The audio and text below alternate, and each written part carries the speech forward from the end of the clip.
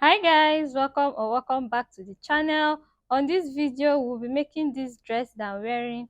It's a kimono dress, but it can also double down as a top. It has a snatched waist, which means that it has an invisible belt inside, and it also has drawstrings by the side that you can use to style it. So if that's something you're interested in, keep watching, and don't forget to like, share and subscribe if you're yet to subscribe.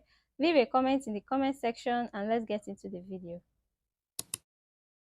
For this top, or will I call it dress, is a bubu dress. I'll be using 3.5 yards of this very beautiful crepe fabric. Some people call it vintage, some people call it crepe. So anyone use and know it is fine. I divided it into two. I'm going to fold it into two. And just so that I don't waste fabric, I'm going to be dividing my back shoulder divided by two. And my back shoulder divided by 2 is 8. The sleeve length I'm working with is 18. So 8 plus 18 is 26. So if your back shoulder measurement is, let me say, 18, you divide it by 2, then add your sleeve length to that.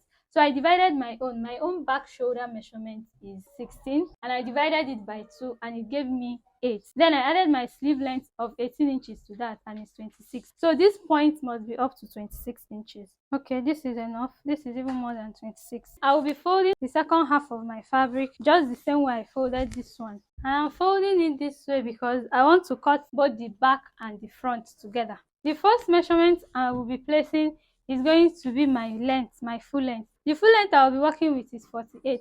So I'm going to mark at point 50 so that I'll have my hemming allowance and I'll be cutting that out. The next measurement I'll be placing is my neck. I will be going in by 6 inches because this is going to be a wide neck. I'll go in by 6 inches and I'll come down by 1.5 inch. And I'll make a curve like this. The next thing I will do is to place my shoulder measurement, and my shoulder measurement is 8 inches. From this shoulder measurement, I'm going to place my sleeve length, and my sleeve length is going to be 18 inches, just like I mentioned earlier. I'll be leaving the extra we have here about ½ inch, so I'll be able to hem the sleeve. From this point, I'm going to come down with 10 inches to mark for our armhole. After doing that, I'm going to place every other measurement. So I'm going to come down and mark my hip at 24. And at point 24, I'll be placing my hip round. I'm using my hip because my hip is the widest part of your body. If your bust is wider, you can use your bust measurement divided by 4.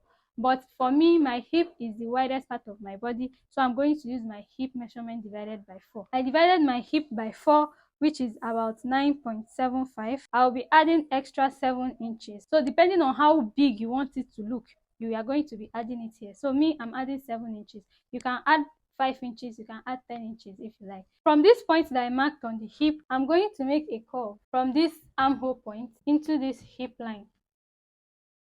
And the next thing I will do is to draw a straight line from this hip point all the way down to the full length. So the first thing I'll be cutting out is my neckline. Then I'll go cut from the full length.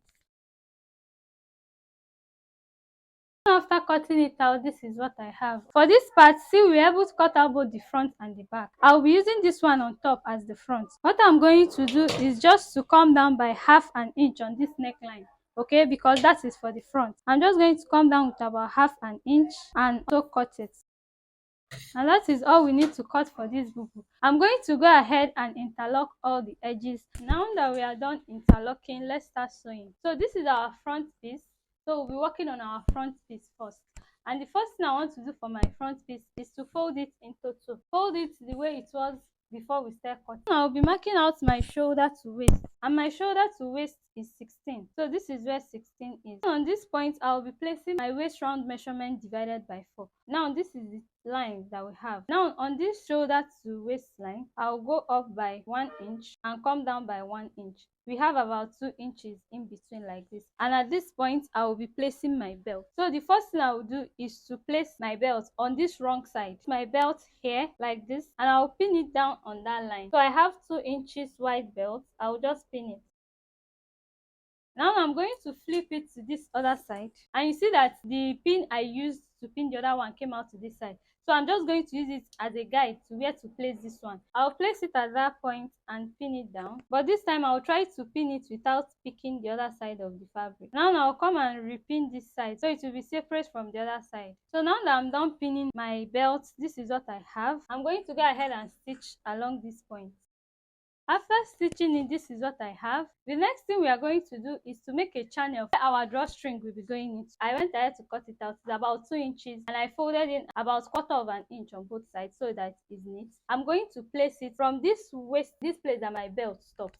I'm going to place it like this all the way down.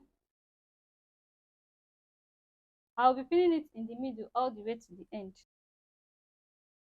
Remember that we are doing this at the wrong side of the fabric, so I'm going to go and stitch one line in the middle. After stitching one line in the middle, I will stitch at this edge and at this edge. Now after stitching the lines, this is what the front looks like and this is what the back looks like. I'm going to go ahead and insert my straps. So this is the straps that will be going through this channel that we made. I'm just going to pass the straps inside this our channel all the way to the top, and I'll do it for the two straps. After passing the two straps, this is what I have. I'm going to stitch close this point.